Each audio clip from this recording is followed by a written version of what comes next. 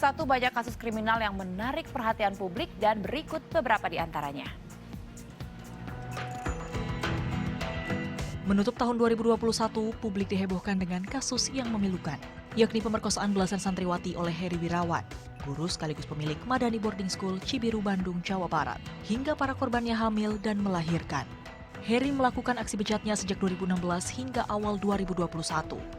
Seluruh korban merupakan anak didiknya sendiri dan rata-rata berusia 16 hingga 17 tahun. Kejahatan Heri Wirawan sebenarnya sudah terendus pada Mei 2021. Hanya saja kasusnya baru diketahui publik setelah menjalani persidangan di PN Bandung pada 7 Desember 2021. Sejak 1 Juni 2021, Heri ditahan di Rutan Kebonwaru, Bandung.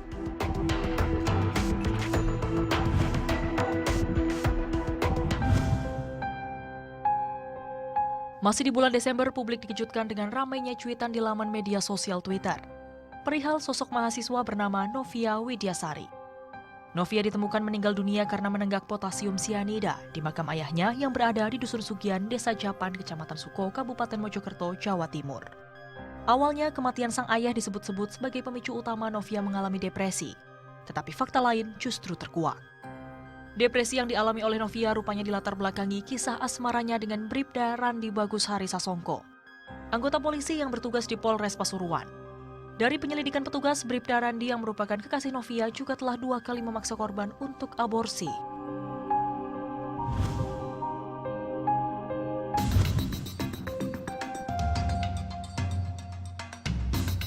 Bulan Oktober, polisi bongkar beberapa jaringan pinjaman online ilegal dalam skala besar. Di sebuah ruko kawasan Green Lake City, Cipondoh, Tangerang, Banten, puluhan karyawan aplikasi pinjaman online hanya bisa terdiam saat digerebek Direktorat Kriminal Khusus Polda Metro Jaya. Dari hasil pemeriksaan, mereka diketahui kerap melakukan teror kepada nasabah yang menunggak. Mulai dari penagihan dengan menggunakan kalimat kasar hingga menyebarkan foto porno yang diedit menyerupai wajah para nasabah yang menunggak.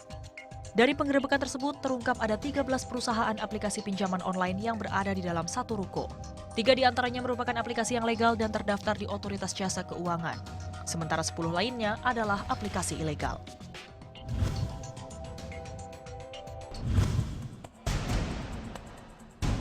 September 2021, Bareskrim Mabes Polri menggerebek 2 pabrik obat ilegal yang memproduksi pil psikotropika di Kecamatan Kasihan, Kabupaten Bantul, dan di Gamping, Sleman, Yogyakarta. Dalam penggerebekan ini, petugas menyita sejumlah barang bukti. Di antaranya adalah bahan baku pembuatan obat, 7 mesin pencetak pil, serta 30 juta butir obat keras berbagai jenis. Petugas juga amankan beberapa tersangka yang berperan sebagai otak bisnis obat ilegal ini. Mempunyai 7 mesin yang mampu memproduksi 14 juta pil setiap harinya, menjadikan pabrik obat ini yang terbesar yang pernah digerebek petugas.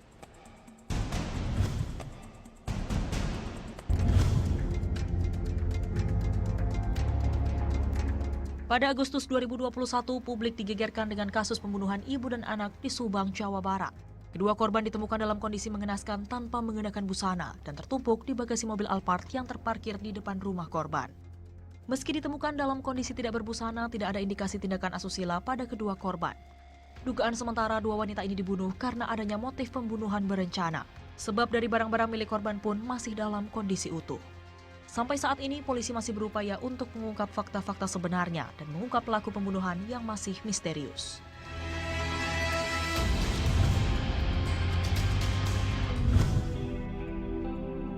Mei 2021, terjadi kasus pembunuhan salah sasaran yang menghebohkan.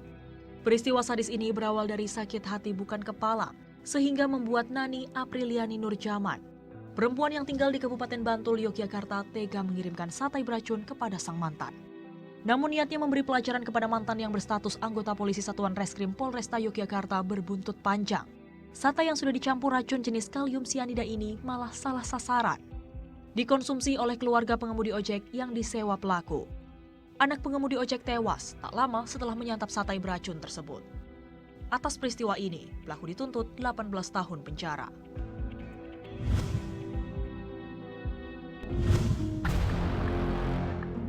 Awal Februari 2021, Subdit Sumdaling Ditreskrim Suspolda Metro Jaya menangkap pasangan suami istri berinisial ST dan IR di Pedurenan Mustika Jaya, Bekasi.